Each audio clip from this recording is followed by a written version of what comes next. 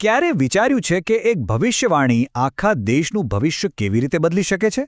70 વર્ષની ગુલામી અને પછી અચાનક આઝાદી આ માત્ર ઇતિહાસનો એક પાઠ નથી પણ એક મોટો કોયડો પણ છે. તો આજે આપણે બાઇબલની આ 70 વર્ષની ભવિષ્યવાણીના રહસ્યને ઉકેલવાનો પ્રયત્ન કરીશું. ચાલો શરૂ કરીએ. તો બધી વાતની શરૂઆત અહીંથી થાય છે. જરા વિચારો, પ્રબોધક યર્મિયાના આ શબ્દો સાંભળીને એ લોકોને કેવું લાગ્યું હશે કે ભાઈ, તમારો આખો દેશ ઉજ્જડ થઈ જવાનો છે અને તમારે 70 વર્ષ, પૂરા 70 વર્ષ ગુલામીમાં રહેવાનું છે. આ કોઈ એવી તેવી ચેતવણી નહોતી હો.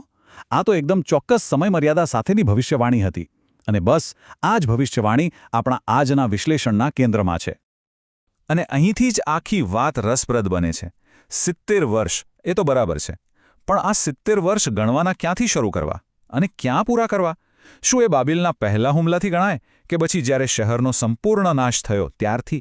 આ એવા સવાલો છે જેણે સદીઓથી લોકોને મૂંઝવણમાં મૂક્યા છે. આ કોયડાને ઉકેલવા માટે આપણે એક પછી એક 5 પગલાં ભરીશું. પહેલાં, ભવિષ્યવાણી શું હતી એ સમજીશું. પછી ઇતિહાસમાં શું થયું એની સમયરેખા જોઈશું. એ પછી કોયડાનો ઉકેલ શોધીશું. પછી ભવિષ્યવાણી કેવી રીતે પૂરી થઈ એ જોઈશું. અને છેલ્લે આ બધી વાતનો ઊંડો અર્થ શું છે એના પર નજર કરીશું. સારું, તો ચાલો આપણા પહેલા મુદ્દા પર આવીએ, ભવિષ્યવાણી. આ બધું શરૂ થયું હતું પ્રબોધક યર્મિયાના સમયમાં. ત્યારે શું ચાલી રહ્યું હતું અને આ ભવિષ્યવાણીનું આટલું બધું મહત્વ કેમ હતું? તો આ ભવિષ્યવાણીમાં 2 મુખ્ય વાતો હતી. એક, કે લોકોને દેશ નિકાલ કરવામાં આવશે અને બાબિલની ગુલામી કરવી પડશે. અને બીજું, કે યરુશાલેમ શહેર સાવ ઉજ્જડ થઈ જશે. આ 70 વર્ષનો સમયગાળો એક રીતે શિસ્ત અને પરિણામનો સમય હતો. હવે જરા ઇતિહાસમાં ઊંડા ઉતરીએ. આ દેશ નિકાલ કોઈ એક જ દિવસમાં નથી થઈ ગયો. ના, આ તો એક લાંબી અને બહુ જ દુઃખદાયી પ્રક્રિયા હતી, જે મુખ્યત્વે 3 ભાગમાં થઈ હતી. ચાલો એ 3 ઘટનાઓ પર એક નજર કરીએ. આ સમયરેખા જુઓ, એનાથી બધું સ્પષ્ટ થઈ જશે. ઈસવીસન પૂર્વે 606માં પહેલો દેશ નિકાલ થયો, જેમાં યુવાન દાનિયેલ જેવા લોકોને લઈ જવામાં આવ્યા. ઘણા લોકો માને છે કે 70 વર્ષની શરૂઆત અહીંથી જ થઈ. પછી ઈસવીસન પૂર્વે 599માં બીજો મોટો દેશ નિકાલ થયો. અને છેવટે ઈસવીસન પૂર્વે 588માં બાબેલે યરુશલેમ અને એના ભવ્ય મંદિરનો સંપૂર્ણ નાશ કરી દીધો. એ એક રીતે આખા રાજ્યનો અંત હતો. હવે આપણે આ વિશ્લેષણના સૌથી રસપ્રદ ભાગમાં આવીએ છીએ, કોયડાનો ઉકેલ. જો આપણે બાઇબલના અલગ અલગ પુસ્તકો વાંચીએ ને, તો એક જ ઘટના માટે અલગ અલગ તારીખો જોવા મળે છે. તો શું આ કોઈ ભૂલ છે કે પછી આની પાછળ કોઈ બીજું જ રહસ્ય છુપાયેલું છે? આ સવાલ ખરેખર બહુ જટિલ છે. દાખલા તરીકે, યર્મિયાનું પુસ્તક એક તારીખ આપે છે અને રાજાઓનું પુસ્તક કંઈક અલગ જ તારીખ આપે છે.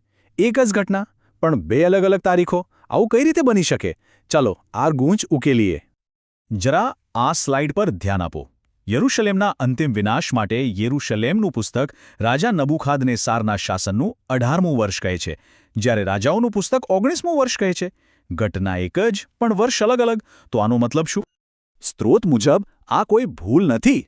વાત એમ છે કે એ સમયે સમય ગણવાની પદ્ધતિઓ અલગ અલગ હતી. તમે જુઓ, એક નહીં પણ 2 જુદી જુદી કેલેન્ડર સિસ્ટમ ચાલતી હતી. અને બીજી વાત, યરુશલેમનો ઘેરો કોઈ 1-2 દિવસમાં તો પૂરો નહોતો થયો.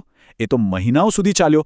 એટલે એવું બની શકે કે ઘેરો એક રાજાના શાસન વર્ષમાં શરૂ થયો હોય અને બીજા વર્ષમાં પૂરો થયો હોય.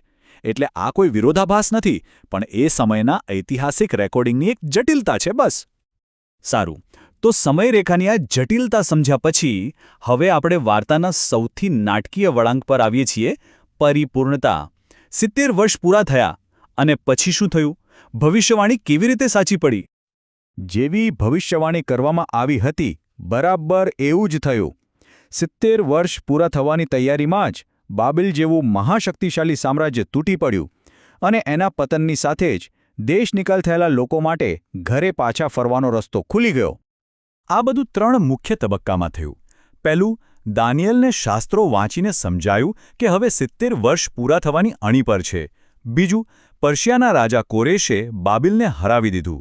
અને ત્રીજું, અને સૌથી મહત્વનું, કોરેશે એક ઐતિહાસિક હુકમ બહાર પાડ્યો, જેનાથી યહૂદીઓને પોતાના વતન પાછા જવાની અને મંદિર ફરીથી બનાવવાની પરવાનગી મળી.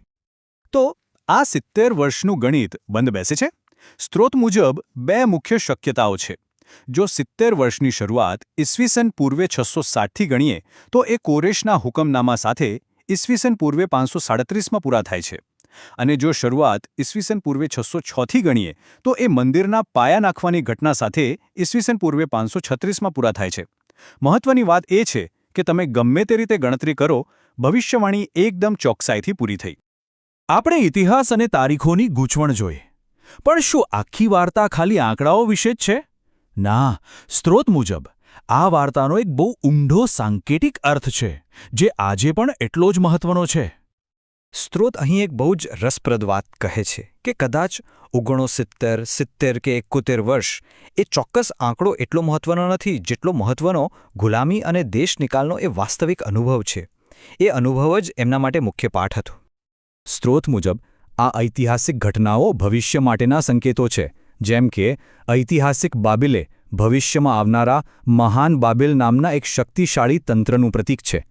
એવી જ રીતે રાજાની સોનાની મૂર્તિની પૂજા કરવાનો ઇનકાર કરવો એ ભવિષ્યમાં આવનારી આવી જ કસોટીઓનું પૂર્વસૂચન કરે છે.